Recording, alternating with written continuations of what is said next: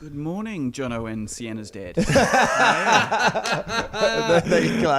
I'm already getting there. I got burnt the other day by my daughter because someone's like, "Oh, you're on TV a bit." She's like, "Yeah, more than Dad." I'm like, "Oh, you can just take the compliment." She's got bread commercials. Yeah, she's on billboards. No. So anyway, I'm here. I'm on the hits. I'm talking to you. So it's nice to be here talking to you. Where you need to be.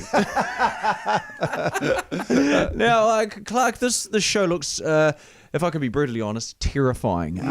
Explain it. Explain Shark Lockdown.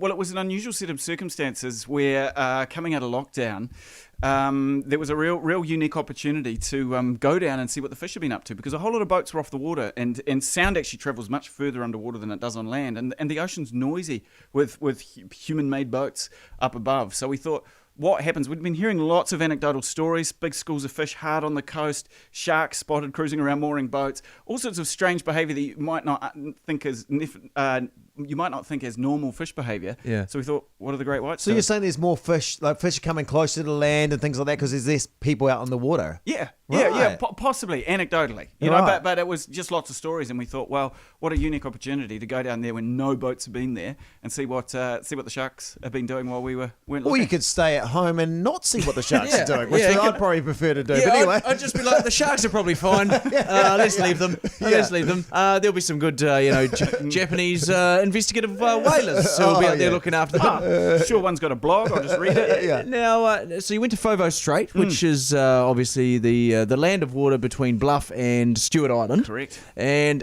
these are where all the sharks play around New Zealand, right? The big ones. There are only a very few great white aggregation points in the world, and down there is one of them. Wow.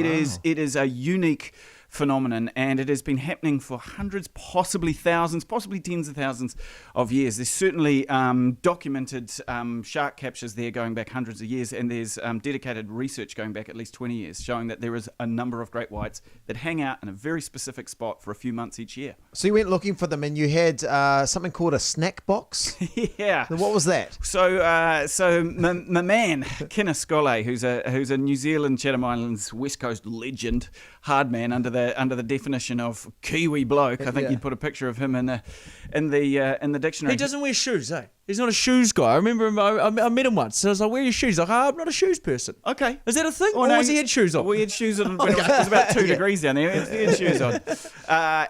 No, he's always been fascinated with sharks, and he's made shark documentaries in the past, and he'd been scheming over lockdown, thinking what he could do to really sort of, up the ante and get close to the sharks. And so a lot of the shark work that we do is, in cages attached to a boat, or perhaps the cage is dropped off the back of the boat and you're down on the ground. You don't want to free swim with the great whites down south. They're quite aggressive. And so he thought, how can I get as natural a response or natural behaviour as possible? And so he made this one-man shark cage, affectionately called the snack box. He put a couple of little airbags in it and 2 motorised scooters, and essentially just a shell around him, and off he went. And this hadn't been tested before, I understand, until you guys are rolling up ready to film. We didn't even know if it would float. Like, it literally, we picked it up. I flew down to Christchurch. He was driving down from Blenheim, Picton, and he picked it up. His mate made it, and they were passing diagrams back and forth. His mate made it. He picked it up, threw it on the back of a trailer, put it on his Land Rover, drove it down. We put it on the back of a boat. We went out. We got sharks up to the boat, and he goes, right, we'll see if this works.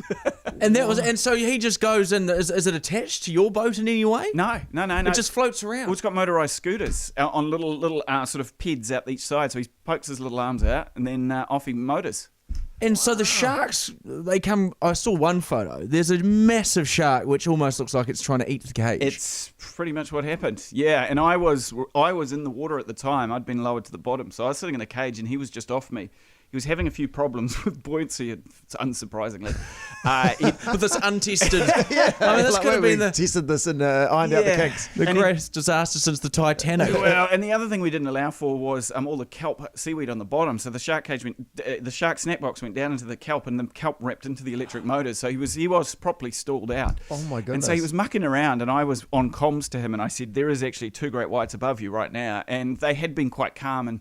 And this is the thing about great whites: never take your eye off one, because he did, and it just came in and it tested the side of his cage quite severely. Some amazing footage, I imagine, on the show this week. Yeah. Yeah, we were shooting up to 20 hours a day. There was some phenomenal moments that happened. Now, this guy, he was bitten by a great white too, recently, you were saying. That's what started Kenna's lifelong fascination. He was a Chatham Islands power and crayfish diver, and he was very nearly killed once by them. He got hit down there diving in the water. Never saw it coming. Oh my goodness. Now what amazes me, Clarke, is that I've talked to you before, you've gone overseas obviously with Jacinda, and you've had security, you're even walking down the road to get chicken in the middle of the night, and then you go off and you're in the ocean with no one around with great white sharks. I mean, how do you get that past the security team? So good, Ben. It was so good. Freedom. Yeah. Are they around when you're not with Jacinda? No, they don't care too much about me. They're like, he can go swimming with sharks. Okay. As long as Jacinda's not swimming with sharks, then okay. They do get a bit jealous. They're often offering. They go, no, just come along. Right, so they're fine. They're fine for you to do that as long as Jacinda's not there. They pick their moments, but mostly no. And Jacinda's all right with that? She hasn't obviously watched the footage. She'll watch it on Sunday. She hasn't seen that. Were you like, hey, I'm just, by the way, I'm going to be spending an entire week swimming with great whites. Was that an issue? To be fair, I like the juxtaposition because I've been in lockdown with a toddler. Listening to Baby Shark, probably. And listening to Baby Shark. And just that contrast of getting on a plane, flying to Invercargill, and then straight out into the elements with some big bitey creatures. Oh, yeah. I remember once, 49 years ago when I started in radio. I remember. Yeah, 8 stations ago, 8 radio stations ago. And you sat around the wireless transistor with your family. No, I was sent down for one of my first shameless publicity stunts on the Rock to Fovo Strait, and they were going to tow me across the Stewart Island on a rubber ring, so I was behind a boat, and the waves like...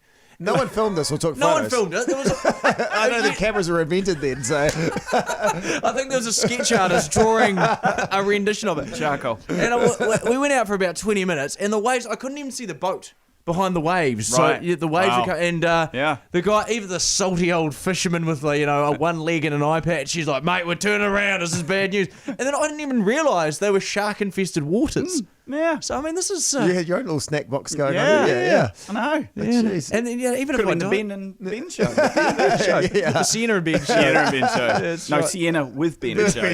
Yeah, I'll just be a producer getting coffees and stuff. No, of course, you've done some amazing things over the last few years. You hung out with the Queen. Is that right?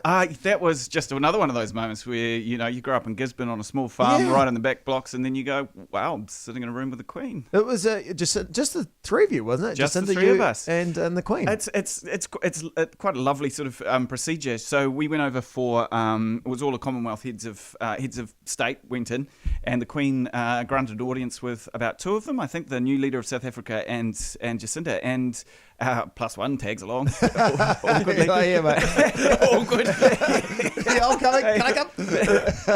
And it was really nice. You go in and her sort of guards in waiting talk you through the procedure of how to address a Queen and how to enter the room and whatnot. And you go in and there's quite a few people there. There's about 3 photographers, and you have a New Zealand press person as well, and a few other people. And so you do your meet and greet, and then she makes a little gesture, and everyone leaves. Everyone leaves the room. Oh, really? And they shut the door behind you, and you go, wow. And then she goes, would you like a seat on the couch? And you go, okay. Yep. Wow. Yeah. It was great. What's your like banter like with the Queen? I mean, what did you have to lead with? Just all I could think of was my grandmother had passed away a couple of years earlier, and all I could think of was, man, I'm thinking of all of the biscuit tins that she had with her picture on it, and all of the Queen chat she had. Yeah. So chatted about my nana. You're like, oh, geez, my nana, big fan. Big fan of you. Oh, no, you know what? The one thing I will say is that she was very engaged in New Zealand affairs, and she knew details about things that really, really surprised me. Wow. Yeah. That's impressive. She's like a big fan of your show. Fish Not of quite the those day. days today. Yeah, that's incredible. And you also get sent stuff, which I find is awesome. The New Zealand public send you and Jacinda all sorts of stuff, which is great. And you guys often will use it like a pillowcase, I saw the other day, which had Jacinda's face on it. Yeah. It's a way to get to bed at night. All sorts of things. It's lovely that people do that. They take the time to do that. I kind of regret not better documenting it, but I was truly blown away by the level and quality of knitting that we have here in New Zealand, because when Neve was born, you name it turned up knitted, from jumpers and vests and pants, and I'm not quite sure what that is, and blankets.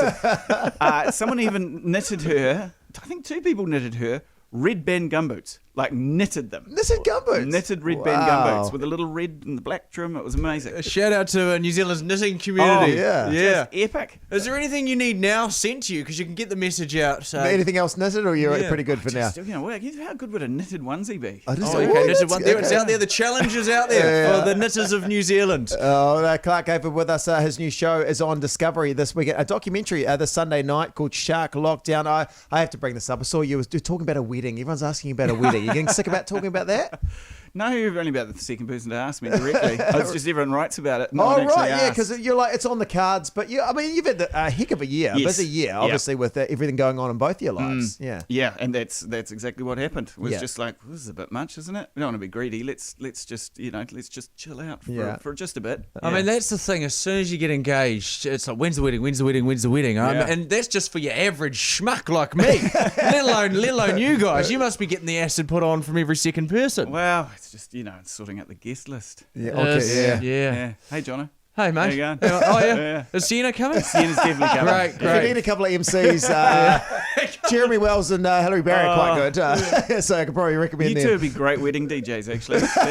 Well, I see you back at DJing again, Explore too. Out of retirement, is it, or you still hadn't officially retired? Well, we can't get any international acts in the country, and they were scraping the barrel. Yeah. And it truly is one of the best festivals in the country. It's really kid friendly, actually. That festival. Okay. It's a great place to take your kids if you want to have them have this sort of complete crazy wild experience. I can vouch for that. I took my children to Rhythm and Vines last year. What a wonderful... Not quite next up.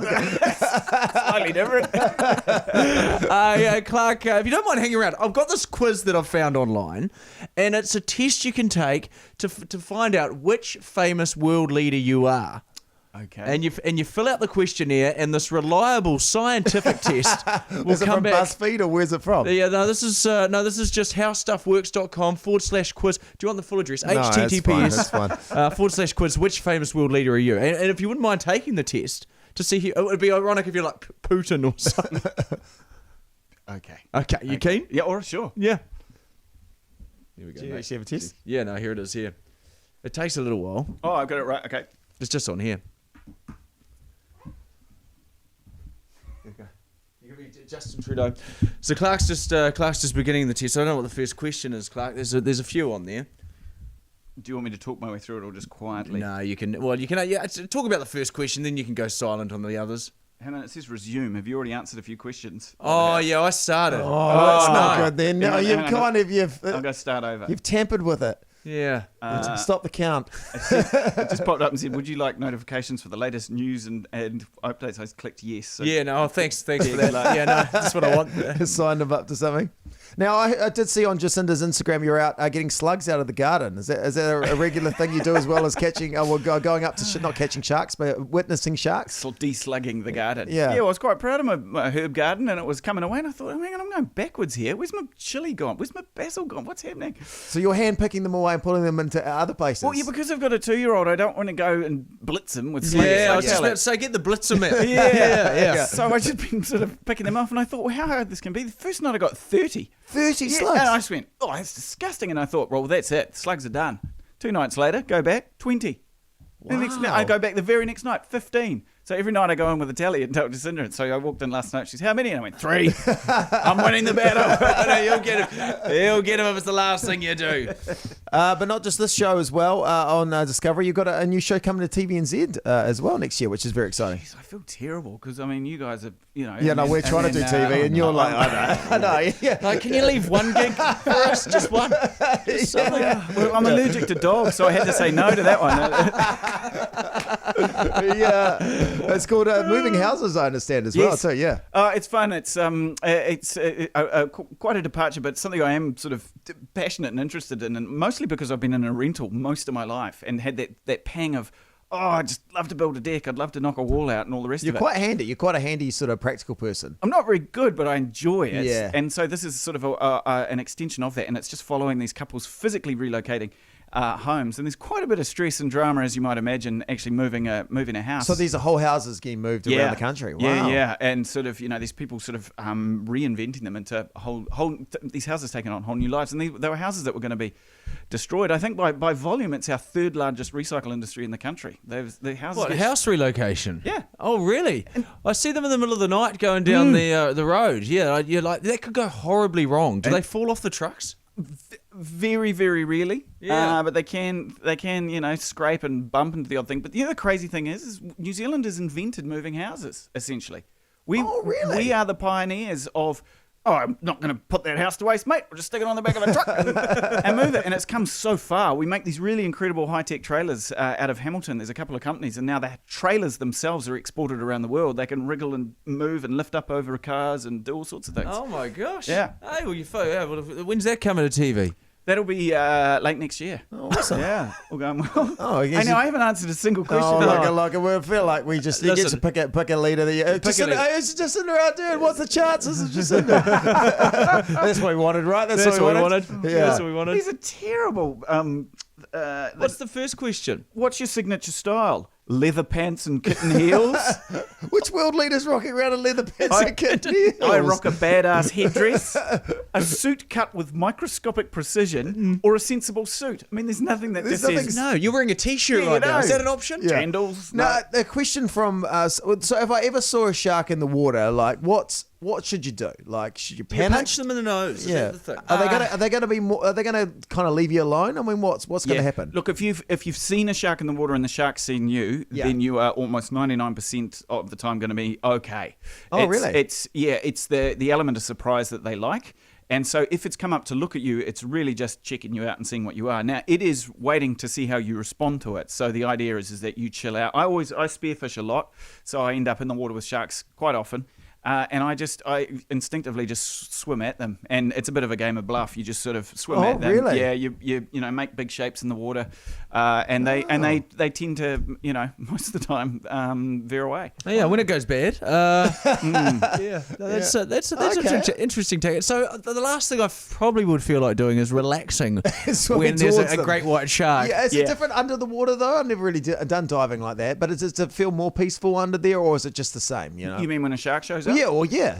When you got a mask on, you're in an instant advantage because it's that eyesight and recognition that will put. The shark goes, it's seen me. Oh, well, element of surprise is going to chill out. It's that sort of swimming thing where it will probably come in and give you a couple of bumps or test you out. And if you don't know what's happened because you haven't seen it, that's where things can go slightly wrong. But you have to remember that when I go spearfishing, I'm out in the middle of workups of schools. I can be 40 k's offshore on an outer island, in the shark's domain, spearing fish, putting just, blood and guts into the water. So I deserve what I get out there. If you're swimming off a beach, you're not really in the domain of sharks, and it is so unbelievably rare to end up crossing paths. And if you do, for it to be aggressive, is even rarer. Wow. There we go. Well, Clarke Gayford. Listen, you don't have to do that test, mate. Yeah. You keep trying to. We keep asking him questions. He keeps trying to answer the test. I'm giving up on the test, mate. Listen, mate, well done. You passed NCEA world leader. Jono and Ben, New Zealand's breakfast on the Hits.